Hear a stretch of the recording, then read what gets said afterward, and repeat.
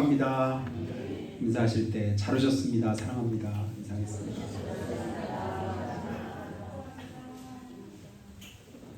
할렐루야. 사람이 강할까요? 약할까요? 사람이 강할까요? 약할까요? 예? 약하다고요? 강하다고요? 이렇게 말해도 저렇게 말해도 어렵습니다. 약한 것 같지만 강한 것 같기도 하고, 강한 것 같지만 약한 것 같기도 하고, 사실은 기준을 어디다 두느냐에 따라서 답은 달라질 거라고 생각이 듭니다. 한 두어 주 전에 토끼를 한 마리 조그만 걸 시장에서 이렇게 사다 놨는데요. 생각보다 토끼가 굉장히 빨리 크대요. 요만한 게 금방 한 주 한 주 이렇게 커가지고 벌써 이만큼 컸는데 빨리 크는 것 같아요. 전에 비둘기가 이렇게 새끼 둥지에다 나와가지고 새끼를 크는 걸 보고 제가 깜짝 놀랐잖아요. 하루하루 뻥튀기 기계 속에다 넣었다가 꺼낸 것처럼 하루하루가 다른 거예요. 그래서 비둘기가 얼만큼 빨리 크나 봤더니 한 3주면 다 커가지고 날아가요. 별로 안 놀라시죠? 3주면 다 커가지고 날아간다니까요. 근데 사람은 3주 되면 뛸 수는 있잖아요. 그죠? 자기 스스로 밥은 먹을 수 있죠? 아니 비둘기도 3주면 날아가는데 사람 비둘기만큼 나르진 못해도 3주 정도면 말은 하지요? 가만히 보니까 이게 이상한 거예요. 그 다음에 여러분 다리가 길면 빨리 달릴 수 있을까요? 짧으면 빨리 달릴 수 있을까요? 당연히 우리 기준으로 볼 때는 길면 빨리 달리죠. 근데 우리 개랑 달리기 하면 누가 더 빠를까요? 제가 다리는 몇 배나 더 길은데 못 쫓아가요. 짧은 건데도.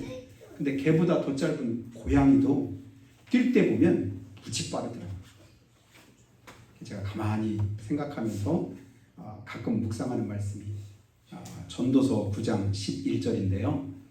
자, 전도서 지혜자는 우리에게 이렇게 말씀해요. 11절 보니까 전도서 9장 11절이거든요. 내가 다시 헤아려서 보니 빠른 경주자들이라고 선착하는 것이 아니며 용사들이라고 전쟁에 승리하는 것이 아니며 지혜자들이라고 음식물을 얻는 것도 아니며 명철자들이라고 재물을 얻는 것도 아니며 지식인들이라고 은총을 입는 것이 아니니 이는 시기와 기회는 그들 모두에게 임함이니라. 우리가 볼 때는 빠르면 힘이 있으면 다른 사람보다 좀 나으면 괜찮을 거라고 생각하는데, 근데 그 승패 열쇠를 누가 쥐고 있냐면 하나님이 쥐고 계시대요. 시기와 우연이 모두에게 임한다라고 할 때 하나님이 네가 1등이다라고 하기 전까지 우리는 1등이 아니에요. 네가 이겼다라고 말하기 전까지 우리는 이길 수 없는 거예요. 그냥 막 열심히 뛰어가는데 한참 빠른 사람은 저만큼 가는데 뒤로 돌아가 하면 그 사람은 빨리 간 만큼 꼴찌잖아요. 그런 경우를 우리의 인생 속에서 많이 보는데, 우리를 끝까지 붙들어 주시고 우리 삶을 결론 내실 수 있는 분은 우리 하나님이신 것을 믿으시기를 주님의 축복합니다. 그 하나님을 오늘 우리가 의지하고 그 하나님께 우리 삶을 맡기고 또 그 하나님께서 우리에게 은혜 주시기를 예수님을 축복합니다. 오늘 말씀 우리가 여러 번 보았던 말씀이기도 한데요. 5절 말씀 보니까 다시 한번 보시면 이렇게 말해요. 여호와께서 이와 같이 말씀하시니라. 무릇 사람을 믿으며 육신으로 그의 힘을 삼고, 사람을 믿으며 육신으로 그의 힘을 삼고, 이게 어떤 삶일까요? 믿음과 상관없는 삶이잖아요. 나는 다른 어느 것도 믿지 않고 의지하지 않고 내 힘대로 그리고 내 마음 먹은 대로 어떤 일들을 행하겠다. 결국 봤더니 그런 마음과 그런 생각을 가지고 사는 사람들은 그 다음 뭐라 그러죠? 마음이 여호와께서 떠난 사람. 그러니까 하나님과는 상관없다 그 얘기죠. 하나님을 신뢰하지도 않고 의지하지도 않고 하나님을 의식하지도 않습니다. 그래서 시편 14편 1절과 53편 1절에서 말씀한 것처럼 어리석은 자는 그 마음에 이르기를 하나님이 없다 하느니라. 하나님이 없는 것으로 생각하고 살아가요. 그래서 자기 힘껏 합니다. 자기 능력대로 해요. 그래서 힘 있는 사람은, 어떤 능력 있는 사람은 어느 만큼 성과도 이루고 어느 정도 결과물도 내게 됩니다. 그래서 내가 애쓰는 만큼 되는구나, 내가 수고한 만큼 되는구나, 내가 노력한 만큼 어떤 결과물이 주어지는구나 라고 생각할 수 있지만 착각일 수도 있다는 사실이죠. 계속해서 그 상태가 유지된다면, 그것으로 결론이 난다면 괜찮은데 상황은 계속 바뀌는 거예요. 달라져요. 내 마음으로, 내 힘으로 할 수 없는 어떤 일들이 우리 앞에 주어질 때가 있는 것을 보게 됩니다. 그래서 5절 끝부분에 뭐라고 말해요? 이런 사람은 뭐라고요? 저주 가운데 거한다. 저주를 받을 것이다. 그렇게만 믿고 그렇게만 생각하는 사람은 결국은 뭐 한대요? 저주가 임한다. 여러분, 우리는 그런 마음과 생각을 항상 어디로 향해야 될까요? 하나님께로 향할 수 있게 되기를 주님의 축복합니다. 그래야 하나님의 도우심도 있고 하나님의 은혜도 있는 것이죠.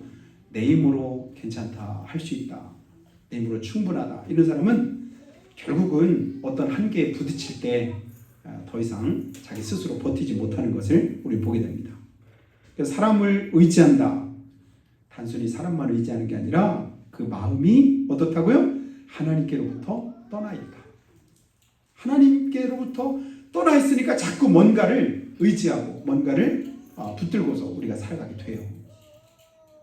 모든 사람들이 연약하다라고 할 때 뭔가를 기대합니다. 뭔가를 의지합니다. 그렇지 않고는 자기 스스로 살아갈 수 있는 사람이 없는 거예요. 내 사전에 불가능은 없다라고 한 사람이 누굴까요? 나?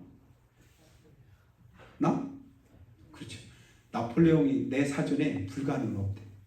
그만큼 자신감이 있었고 그 삶이 그만큼 성공 가도를 달렸었습니다. 그런데 그랬던 그가 한 여인의 품에 안겨서 절망하고 낙심하면서 크게 울었다는 그런 기록이 있습니다. 내 사전에 아무것도 불가능도 없고 온 세계를 내가 다 정복할 만큼 내가 대단했지만, 그러나 어느 한순간 자기 자신의 연약함이 깨달아진 거예요. 그래서 결국은 전쟁터에서 죽은 것도 아니고 모기에게 물려 죽었다는 얘기 혹시 여러분 아시나요? 응? 아무것도 아닌 모기한테 말라리아에 감염돼서 그래서 자기 생을 마감했대. 그렇게 호령하고 큰 소리 치던 사람도 별거 아닌 거예요. 그래서 하나님은 오늘 우리에게 뭐라고 말씀하냐면, 내가 사람을 믿고 뭔가를 의지할 때 우리는 하나님과 상관없는 또 다른 뭔가를 붙잡고 있는 거죠. 돈이든 사람이든 아니면 또 다른 어떤 여건들이든지. 그러나 우리가 연약하고 상황과 환경은 수시로 변하고 때로는 내가 믿고 의지하던 그것이 내게 아무런 도움이 되지 못할 때도 있다라는 사실을 우리가 이 시간 기억하면 좋겠습니다. 그러면 자연적으로 우리는 누구를 의지할까요? 진짜 의지할 만한, 끝까지 신뢰할 만한 뭔가를 우리가 붙잡게 되겠지요. 우리는 이미 그 답을 알고 있습니다. 그래서 이 자리에 나왔죠. 그분이 우리 하나님이신 것을 믿으시는 분만. 아멘. 아멘. 하나님을 믿으면, 하나님 의지하면 내가 지금은 조금 부족한 것 같아. 조금 모자라. 길이 보이지 않아. 답답해. 힘들어요. 어려워요. 그래도 내가 붙잡고 있는 분이 누구시니까? 하나님이시니까 우리는 끝까지 소망 가운데 살아갈 수가 있어요. 근데 그 하나님 말고 뭔가를 아주 강하게 붙잡았다 할지라도 이게 아무것도 아닐 때, 터가 흔들리면 내가 붙잡고 있는 것이 아무 소용이 없을 때가 있잖아요. 근데 하나님 우리의 반석이시래요. 우리의 구원이시래요. 우리의 능력이 되시고 힘이 되신대요. 영원히 변치 않는 그 하나님이 나의 힘이 되시니까 그 하나님을 붙잡으면 끝까지 그 속에서 우리는 소망을 잃어버리지 않을 수가 있습니다. 그 하나님만 의지하기를 주님의 축복합니다. 자, 6절에서는 그렇게 하나님과 상관없이 사람을 의지하고 자기 힘만 의지하는 사람이 결과가 어떤가를 조금 더 쉽게 비유로 이렇게 설명했습니다. 빨간 글씨 한번 읽어볼까요? 시작. 그는 사막의 떨기나무 같다. 여러분, 하나님 떠난 인생이 뭐 같대요? 사막에 있는 떨기나무 같대요. 이 떨기나무라는 거면 사막에 있는 그런 이제 사막에서 자라는 아카시아과의 그냥 가시가 여러분, 사막에 있는 그 나무는 나뭇잎이 있을까요? 없을까요? 네? 가시가 나뭇잎이야. 열대우림에는 나뭇잎이 다 퍼져 있고 넓잖아요. 그런데 물이 없고 가문 가운데 자라는 나무들은 나뭇잎 대신에 이게 자꾸 물이 없으니까 나뭇잎 넓다는 건 뭐냐면 그 나뭇잎으로 수분이 증발이 되는 거거든요. 물을 많이 빨아들여서 수분을 많이 증발시키는데 이 증발시키는 걸 막으려고 나뭇잎이 점점 줄어들다 보니까 줄어들고 하다 보니까 뭐가 된 거예요? 가시가 된 거예요. 사실 그 가시가 뭐라고요? 그게 사막에서 나뭇잎이나 마찬가지. 그래서 떨기나무 같다 간신히 살아가는데 그 다음 뭐라고 하냐면 좋은 일이 오는 것을 보지 못한대. 뭐냐면 결국은 좋은 일이 안 온대. 그래서 뭐라고 하냐면 간조한 곳, 광야 간조한 곳, 건건한 땅, 사람이 살지 않는 땅에 살 것이다 라고 말씀을 한대요. 간조한 곳이 어떤 곳인가 봤더니 물이 거의 없고 메마른 곳. 물을 찾아볼래야 찾아볼 수가 없어요. 간신히 살아가는, 간신히 버텨가는. 그냥 다른 것들은 버티지 못하는 그 나무만 간신히 버티면서, 그런데 보기에도 너무 안쓰러울 만큼 간신히 버티고 있습니다.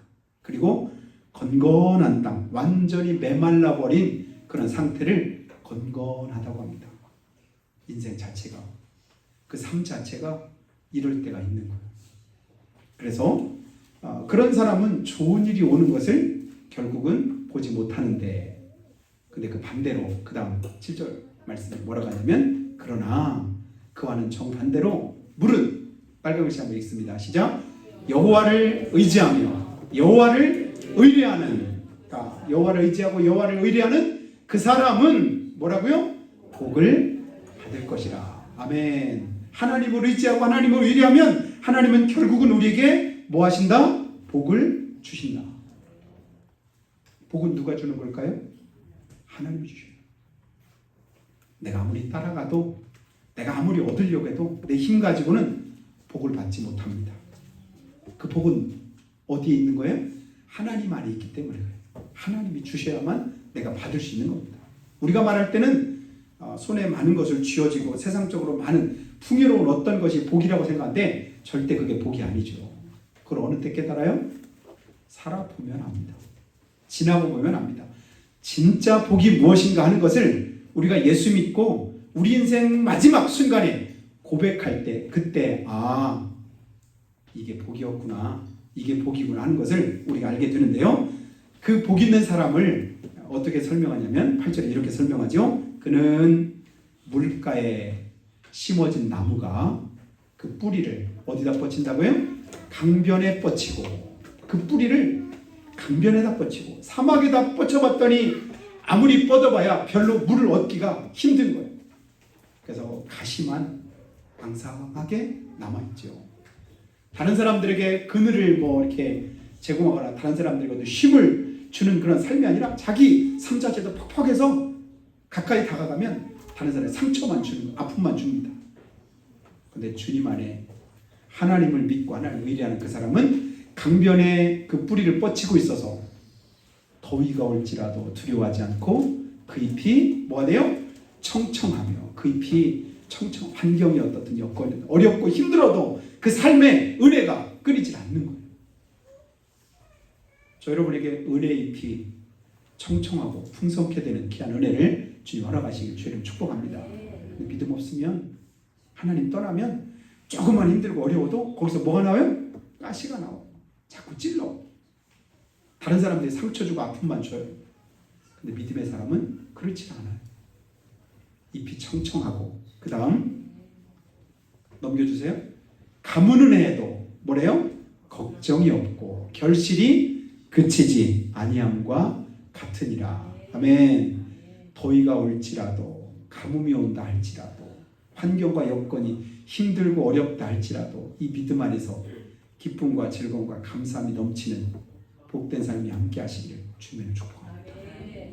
주님 안에 있으면 이런 고백이 끊이질 않습니다. 이런 열매를 하나님 우리에게 허락해 주십니다. 그런 결실이 맺혀지도록 하나님 역사할 걸 믿으시기를 주님의 축복합니다. 시편 92편 12절 보니까요. 의인은 종려나무같이 번성하며 레바논의 백향목같이 성장하리로다. 그 다음 14절 보니까 그는 늙어도 여전히 결실하며 진액이 풍족하고 빛이 청청하다. 저는 이 말씀을 굉장히 좋아해요.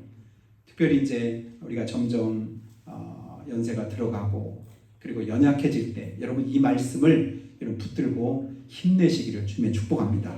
다시 한번 읽어드릴까요? 시편 90편 14절 말씀에 그는 늙어도 여전히 결실하며 진액이 풍족하고 빛이 청청하니. 늙었다고 힘이 없다고 연약하다고 다른 사람보다 부족하다고 거기서 그냥 그치는 것이 아니라 그럼에도 하나님의 은혜가 있으니까 풍성한 열매가 그 속에서 맺혀지더라. 말을 해도 은혜스럽게 그리고 살아가는 그 삶도 윤택하게 비록 연약하고 또 육신적으로는 여러 가지로 나약함이 있지만 그런 가운데서도 건강한 사람보다 더 마음적으로나 심적으로 더 건강하게 살아가는 그런 많은 사람들이 있는 걸 봅니다. 뭘까요? 하나님의 은혜인 줄 믿습니다. 사람을 의지하면 가뭄도 오고 상황이 바뀌면 인생에도 기갈이 오고 곤핍이 찾아오지만 그러나 하나님을 의지하게 될 때 하나님의 도우심과 은혜로 하나님께서 채우시는 그네를 덧입게 되어진다. 그럼에도 불구하고 많은 사람들이 하나님보다 사람을 더 의지하는 경우가 많습니다. 왜 그럴까요? 하나님은 눈에 안 보이거든요. 근데 사람은 눈에 보입니다. 그리고 하나님은 금방 쉽게 잘 깨달아지지 않아요. 근데 사람을 의지할 때는 사람이 도와주면 그 도움도 즉각적이고 쉽게 우리가 느낄 수도 있습니다. 그렇기 때문에 하나님보다도 사람을 의지하는 그런 마음들이 많이 있지만 그러나 하나님은 오늘 우리에게 무엇을 권고하냐면 하나님 의지 그 삶이 복되다라고 가르쳐주고 계십니다. 그 하나님을 의지할 수 있는 여러분이 될 수 있기를 주의 이름으로 축복합니다. 하나님을 의지한다는 말이 무슨 말일까요? 여러 가지로 우리가 말할 수 있지만 그 첫 번째는 뭐냐면 하나님의 약속하신 말씀을 믿는 것. 이게 바로 하나님을 의뢰하는 삶인 줄을 믿습니다. 우리가 하나님 믿는다. 뭘 믿는 거죠? 하나님의 약속하신 성경 말씀을 믿는 거잖아요. 그 말씀대로 믿고 말씀을 붙잡고 살다 보니까 하나님의 약속이 하나님의 은혜가 내 삶 속에서 깨달아지고 경험이 되는 거예요. 아, 하나님이 살아계시구나. 하나님 나와 함께 하시는구나. 오늘도 나를 붙들어 주시고 도와주고 계시구나. 이 은혜를 깨달으면 지금 내게 주어진 환경과 여건 속에서 하나님의 은혜를 우리가 기뻐하고 감사하고 다른 사람에게도 나눌 수 있는 힘이 생기는 거예요. 근데 그 하나님의 은혜가 없다 보니까 점점점 잎이 쭈그러들고 줄어들어서 나중에는 가시처럼 되고 남을 찌르고 남에게 아픔만 주는 그런 노릇을 우리가 하게 되는 거 봅니다. 사랑하는 여러분, 하나님의 말씀을 믿는 것, 하나님의 약속을 믿는 것과 동일한데요. 자, 가나 혼인잔치 그 사건이 예수님께서 공생애 시작할 때 첫 번째 행하셨던 기적의 사건인 거 여러분 다 아시죠? 요한복음 2장에 보니까 포도주 떨어졌을 때 어머니 마리아가 예수님께 말씀하지요. 이 집에 포도주가 떨어졌습니다. 나와 무슨 상관이 있는데요? 아직 내 때가 아직 이르지 않았는데요. 아직 내가 역사할 때가 아니에요. 아직 더 있어야 될 것 같은데요. 그런데도 마리아는 뭐라고 말하죠? 하인들을 불러다가 너희에게 무슨 말씀을 하시든지 그대로 해라. 뭐라고 말씀하실 텐데, 뭐라고 시키실 텐데 그대로 해라. 왜 그렇게 말했을까요? 다른 아무도 예수님이 아직 누구신가를 잘 몰라요. 예수님 하면 직업적으로 목수고 요셉의 아들이고 마리아의 아들이지. 나사렛 청년이지, 촌사람이지, 이 정도까지밖에 모릅니다. 근데 그분이 하나님의 아들이신 구주, 우리를 구원하실 하나님의 아들이심을 온전히 믿고 아는 사람은 누굴까요? 마리아하고 요셉이죠. 잉태하기 전부터 요셉에게 하나님께 천사를 통해 가르쳐 주셨잖아요. 성령으로 내게 잉태하실 것이고 그는 모든 백성을 구원할 구주가 되실 것이다. 그분은 하나님의 아들이시다. 그래서 육신으로 예수님을 자기 아들처럼 그렇게 키웠지만 그분은 내 아들이기 전에 하나님의 아들이시다. 이 믿음이 있으니까 어떤 환경과 여건 속에서 이분이 역사하실 그 역사를 기대하고 그 하나님을 온전히 의지할 수가 있었던 것이죠. 그래서 무슨 말씀을 하시든지 뭐 해라? 그대로 해라. 여러분 할 수만 있으면 이 믿음을 하나님 우리에게 주시기를 주님의 축복합니다. 동일하게 하나님은 오늘 우리에게도 말씀하셔요. 너에게 무슨 말씀하시든지 그대로 해봐. 그러면 어떤 일이 있는지, 어떻게 역사하시는지, 하나님이 어떻게 약속하신 것을 이루시는지 그대로 순종할 수 있는 믿음을 주시기를 주님 축복합니다. 주님이 말씀하시면 내가 가리다. 주님이 말씀하시면 내가 멈추리다. 주님께서 하라시면 하겠습니다. 하지 말라면 안 하겠습니다. 이런 백부장이, 로마 백부장이 자기 하인 병들었을 때 예수님께 와서 내 하인을 고쳐달라고 했을 때 예수님께서 하셨던 말씀, 이스라엘 중에서도 이만한 믿음을 내가 만나보지 못했다고 했는데 그 백부장의 믿음이 크다고 했죠. 왜 컸을까요? 헌금을 많이 했거든. 그런가요? 다른 사람보다 예배를 철저하게 잘 드렸거든. 새벽 예배도 빠지지 않고 매일같이 하나님 앞에 기도도 많이 했거든. 그럴까요? 백부장이 얼만큼 예배를 드렸는지, 얼만큼 헌금했는지, 어떻게 신앙생활했는지 아무것도 성경에 없어. 했는지 안 했는지 잘 몰라요. 그런데 예수님께서 그 믿음이 크다고 인정하신 게 뭐냐면 예수님이 누구신가를 확실하게 알고 고백한 사람이 그 사람. 내 밑에도 내 위에도 상관이 있고 하인이 있어서 가라면 가고 오라면 오고 하라면 하고 하지 말라면 안 하는데요. 예수님 내 인생의 주인이시잖아요. 구주가 되시는 주님이 말씀하시면 그대로 될 줄로 믿습니다. 저도 주님 말씀하시면 그대로 순종하겠습니다. 이 믿음이 주님 보시기에 큰 믿음이었어요.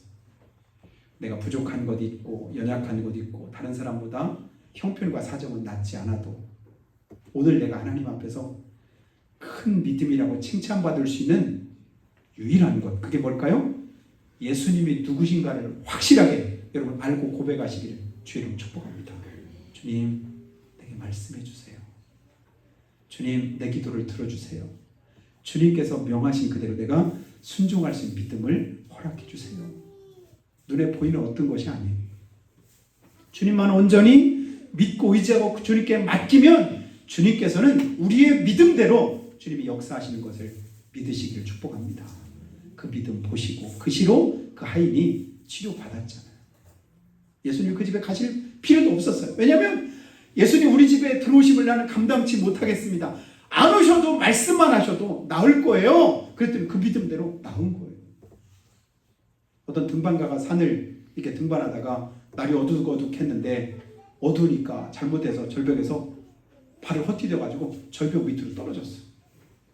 근데 한참 떨어지다가 다행히 어떤 줄을 그냥 간신히 붙잡고 매달렸는데 발을 이렇게 보니까 허공에 매달려서 절벽 밑이 얼만큼 깊은지 잘 모르는 거예요. 그래도 이 사람이 평소에 하나님을 믿는 사람이라 하나님께 기도했습니다. 하나님, 저 좀 살려주세요. 하나님, 저 좀 살려주세요. 간절하게 큰 소리로 기도했더니 하나님이 음성 들고 네가 나를 믿느냐? 그랬더니 아유 하나님 믿고 말고요. 저 좀 살려주세요. 그때 하나님 뭐라고 말씀하셨게요? 여러분 전에 들으셨죠?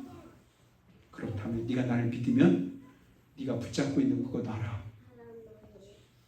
놨을까요? 안 놨을까요? 못 놓겠는 거야. 깜깜해서 밑에가 얼만큼 되는지 어쩐지 알 수가 없고 대롱대롱 간신히 매달려. 이거 놓으면 꼭 뭐 할 것 같아? 죽을 것 같아. 진짜 죽을 것 같아. 떨어져 죽을 것 같아. 도저히 못 놓겠는 거야. 그러니까 도저히 못 놓으니까 그때 뭐라고 하냐면 하나님 말고 누가 나 도와줄 사람 없을까요? 그럼 계속 매달려 있다가 거기서 얼어 죽었답니다. 그래서 다음날 어떤 사람이 발견된데 보니까 그 사람이 매달려 있는 그 밑에 거기가 절벽이 아니라 거기서 한 뼘 정도밖에 안 되는 높은 거기인데 안 보이니까 모르는 거예요. 주님은 놓으라고 말씀하시는데 못 놓는 거예요.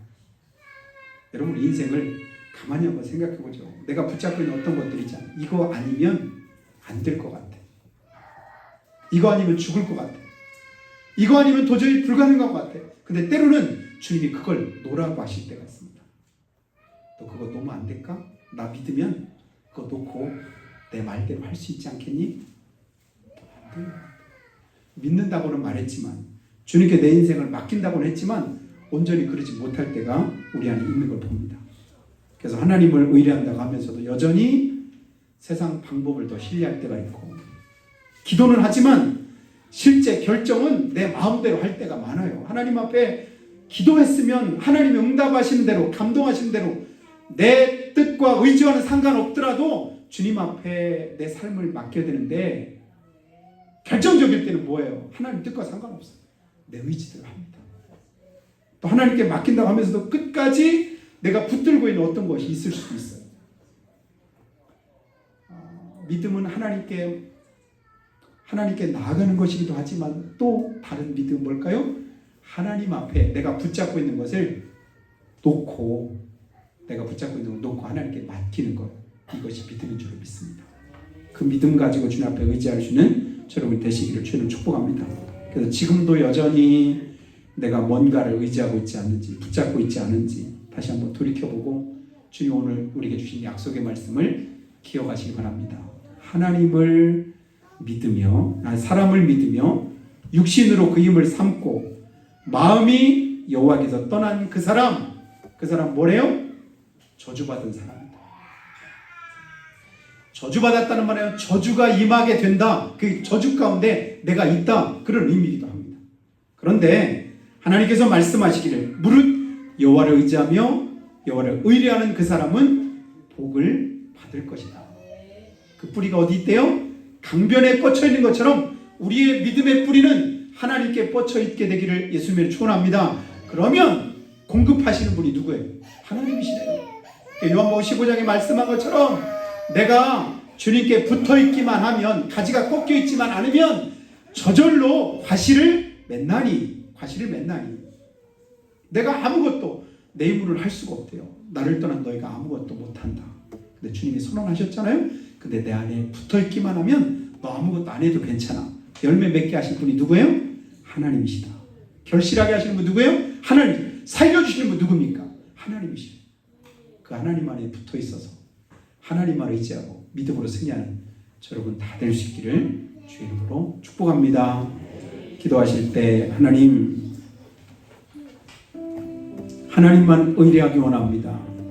주님을 의뢰한다는 것은 내가 생명줄처럼 붙잡고 있는 밧줄을 놓는 결단과도 같다고 생각합니다. 내가 붙잡고 있으면 불안하지만 하나님께 맡길 때 우리 안에 평안이 임할 줄로 믿습니다.